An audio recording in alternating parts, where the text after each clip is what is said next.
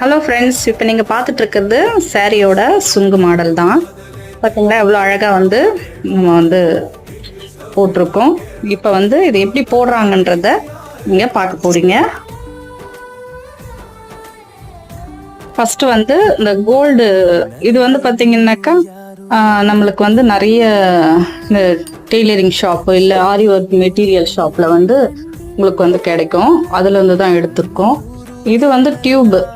இப்போ ப்ரூச்சஸ் ஒர்க்குக்கு வந்து நிறைய போடுறாங்க இல்லையா, அதனால வந்து நம்ம அந்த மாதிரி வந்து எடுத்திருக்கோம்.